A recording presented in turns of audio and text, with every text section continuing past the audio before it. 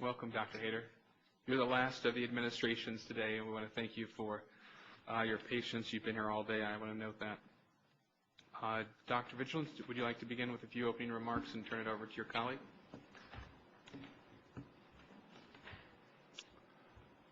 So the HIV/AIDS Administration partners with health and community-based organizations to provide HIV/AIDS prevention and care services to the district and Washington area eligible residents.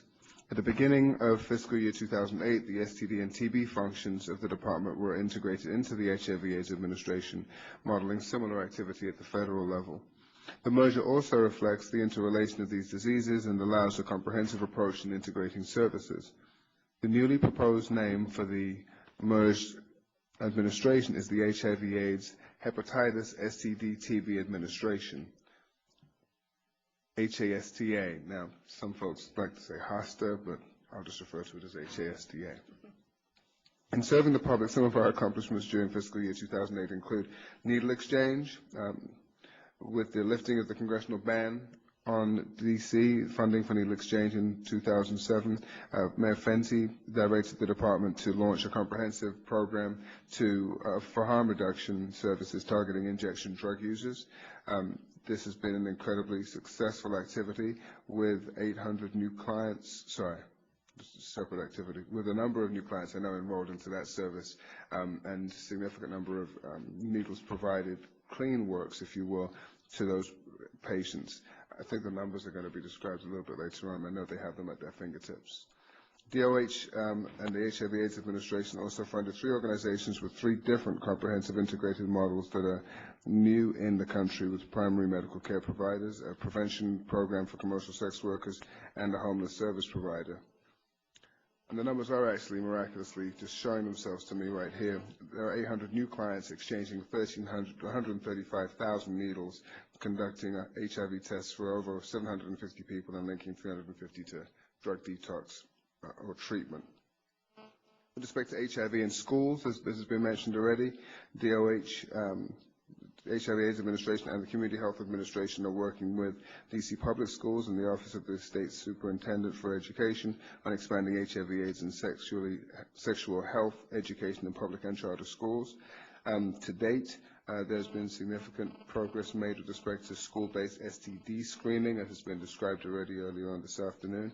In FY08, we worked with several public charter schools, and based on the pilot, we've seen a 34% decrease in positive rates from FY08 to year-to-date in FY09.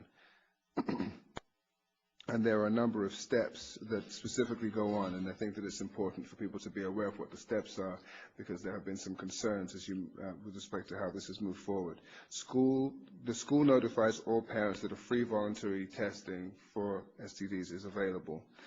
The students attend a brief sexual health education information session and are offered voluntary urine-based screening.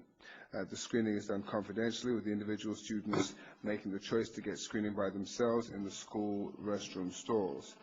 We give a card to each student with a number to our clinic to call for their results. And it should be noted that the urine cups are actually put in paper bags so that everyone walks out with a paper bag and comes back with a paper bag.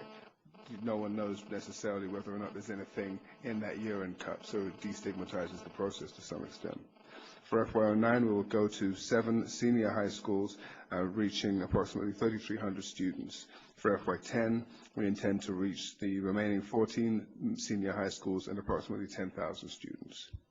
In addition to that activity, school health standards and curriculum development has been undertaken, school nurse training, specifically as one of the partners who was here earlier on today. The HIV/AIDS Administration funded Metro Teenage to develop a training for all the DOH school nurses in public and charter schools. We've also enhanced condom availability via a condom availability policy.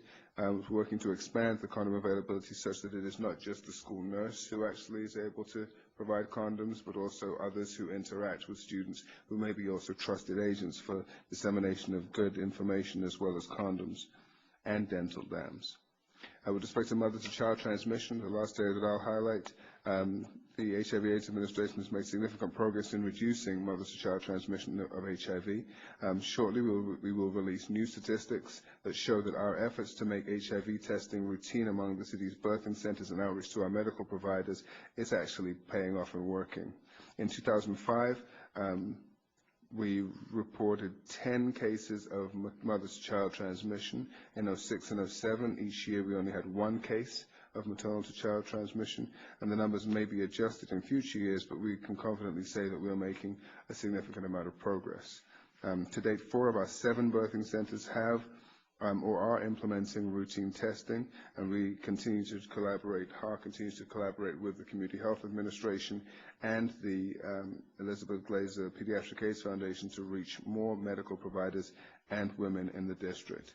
I'm going to close out before I hand over to Dr. Hayter by saying that, some of the performance measures that have been put in place in the HIV/AIDS administration, some of the processes, the business processes, grants management specifically, that the agency is taking a closer look at for the entire agency have come from the strong work that's come out of the HIV/AIDS administration. And it is that drive towards being more performance-oriented and more data-driven and more responsive to that data that has the HIV/AIDS administration in the position that it is now. And that's a testament to the leadership that's at the table here with me. Dr. Hayter certainly having worked very, very hard over this, well, since she's been here.